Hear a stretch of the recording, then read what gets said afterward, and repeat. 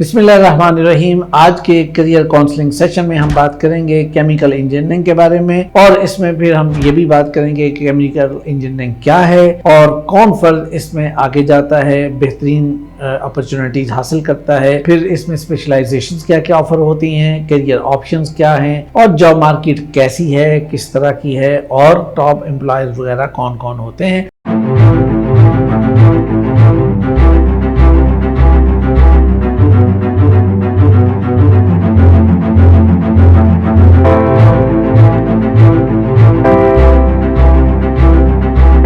Chemical engineering का role हमारी ज़िंदगी के अंदर बहुत फैला हुआ है। सिंथेटिक्स, रबर, प्लास्टिक और उसके अलावा सीमेंट, पेपर, पल्प, इन तमाम चीज़ों का इस्तेमाल, ये सब जगह जितना कुछ हम कर रहे हैं सुबह से लेकर शाम तक, और हमारी ज़िंदगी के तमाम ज़रूरियात के अंदर केमिकल इंजीनियरिंग का किरदार मौजूद है। अगर मैं इसको शॉर्ट और बहुत मुख्तसर लफ्ज़ों में आपको समझाना चाहूँ तो वो ये है कि केमिस्ट्री, फिजिक्स और इंजीनियरिंग टेक्निक्स को अगर हम इकट्ठा करें तो इक्वल टू केमिकल इंजीनियरिंग इसका जवाब आएगा।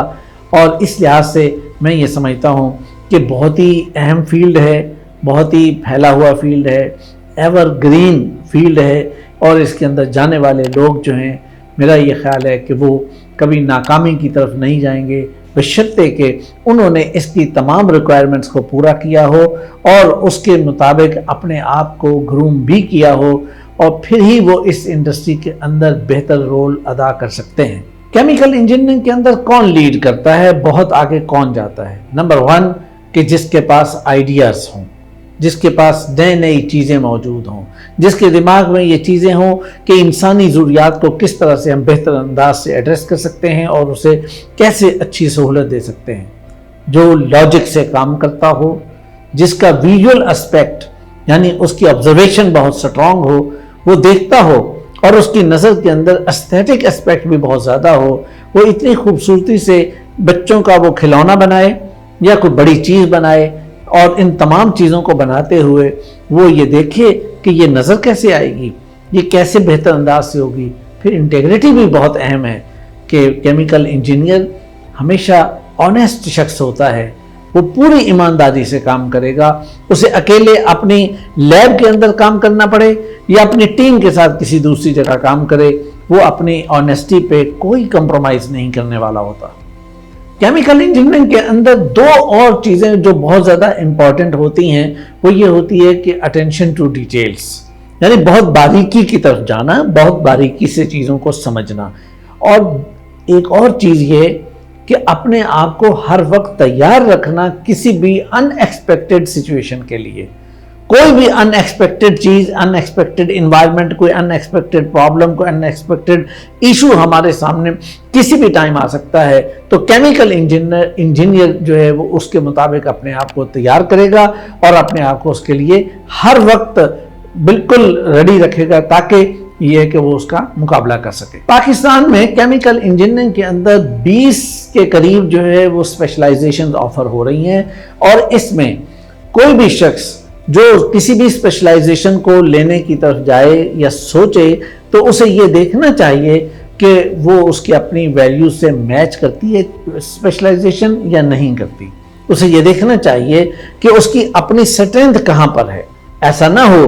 कि आपकी कोई एक वीकनेस साइड हो, आपकी एक कमज़ोर साइड हो और कमज़ोर सब्जेक्ट हो और आप वही वाला स्पेशलाइजेशन में उठा लें, या वो इनडायरेक्टली इन्वॉल्व होता हो जिसका आपको पता ना हो, और फिर आप जब उसमें जाएं और फिर परेशानी का बायस बने कि अब मैंने मास्टर में चला गया, अब मैंने इसकी स्पेशलाइजेशन में चला गया, अब मेरे लिए ये प्रॉब्लम बन जाएगा। तो अजीज़ों, इस काम को अपने BS के अंदर ही देखना चाहिए। ये तमाम जो 20 स्पेशलाइजेशन का जिनका मैं जिक्र कर रहा हूँ वो आपके सामने स्क्रीन पे नज़र आ रही हैं। इनको गौर से पढ़िए, एक एक पे नज़र डालिए, उसे जानिए, जो आपको अच्छी लगती हैं उसे अपने पास नोट डाउन कर लीजिए।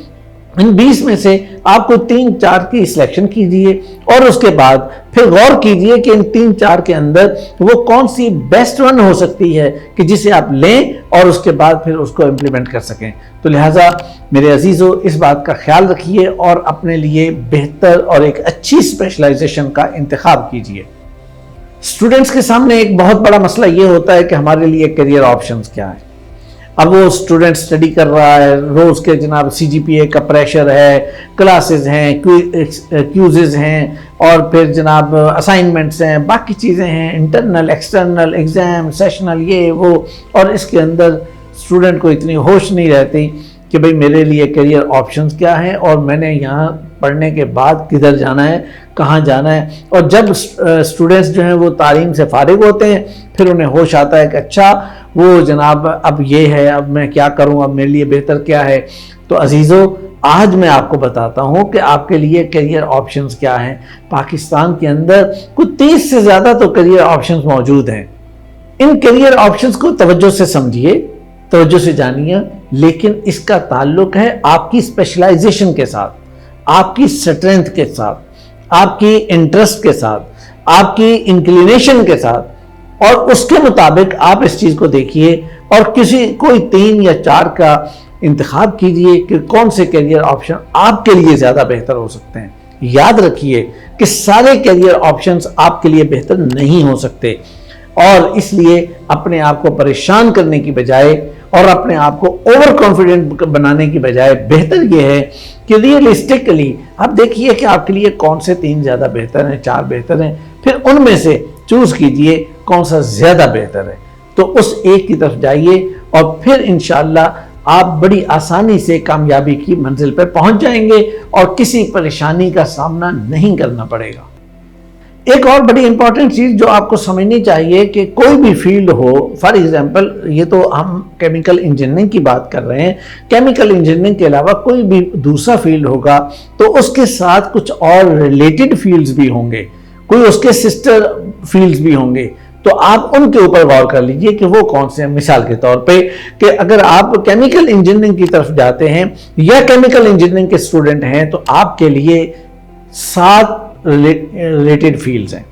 पाकिस्तान के अंदर 7 रिलेटेड फील्ड्स हैं। पाकिस्तान ही नहीं, पाकिस्तान से बाहर भी अगर आप जाएंगे तो यही रिलेटेड फील्ड्स रहेंगे, और इन रिलेटेड फील्ड्स के भी गौर कीजिए। इन पर गौर करने के नतीजे में आपको जो बेनिफिट मिलेगा वो ये होगा कि आप अपनी स्पेशलाइजेशन या अपने मास्टर या आप अपना जो करियर ऑप्शन है उसको डिजाइन करते हुए आप ये भी कर सकते हैं कि आप पेट्रोलियम की तरफ चले जाइए, उसको साथ ले लें, या आप ये भी हो सकते हैं कि पॉलीमर को साथ ले लें, या टेक्सटाइल या किसी भी दूसरी चीज को। तो ये जो 7 है इनको भी गौर से देखने की जरूरत होती है, इन्हें समझने की जरूरत होती है, और इनके बारे में बेसिक नॉलेज आपके पास होना चाहिए। केमिकल इंजीनियरिंग की इस वीडियो के अंदर आपको बहुत सारी चीज़ें तो बुनियादी तौर पे बता दी हैं, उसके इंट्रोडक्शन भी और उसके स्पेशलाइजेशन और बाकी चीज़ें तो अब हो गई हैं, लेकिन इसकी चूंकि जॉब मार्केट बहुत लंबी है और बहुत ही फैली हुई है, तो अब अगर मैं उसको इसमें रखता तो ये बहुत लंबा हो रहा था, तो इसलिए मैंने मुनासिब समझा कि इसको यहीं पे ब्रेक कर देते हैं और फिर हम मिलते हैं एक दूसरी वीडियो के अंदर कि जिसमें सिर्फ केमिकल इंजीनियरिंग की जॉब मार्केट पे ही हम बात करेंगे, उसकी टाइप भी बताएंगे और डिफरेंट कंपनीज के बारे में भी आपको बताएंगे कि किन किन कंपनीज के अंदर आप अप्लाई कर सकते हैं और अप्लाई करने के लिए किन बातों को पेश नज़र रखना चाहिए। तो मिलते हैं एक अगली वीडियो के अंदर।